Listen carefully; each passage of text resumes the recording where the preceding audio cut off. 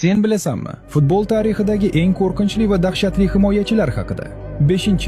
Virgil van Dijk. Liverpulning mashhur himoyachisi ideal markaziy himoyachida bo'lishi kerak barcha sifatlarni uyg'unlashtiradi. Tezlik, kuch, xotirjamlik va o'yinni o'ta a'lo anglash qobiliyati. 4. Ruben Dias. Manchester Cityning toqatsiz to'g'dek himoyachisi. O'yin xaosga aylanganida tartibni tiklaydigan aynan u. O'z energiyasi, kuchli duellari va vayronkor to'p tortishlari bilan jamoasini ko'p bor qutqargan. 3. Antonio Rudiger. Real Madridning qalqoni. U hujumchilar uchun haqiqiy dahshat. Rudiger hech kimdan qochmaydi va Real himoyasi haqida gap ketsa, hech narsadan qo'rqmaydi. 2. Sergio Ramos. Uning nomiyoq dunyoning butun hujumchilari uchun qo'rquv uyg'otadi.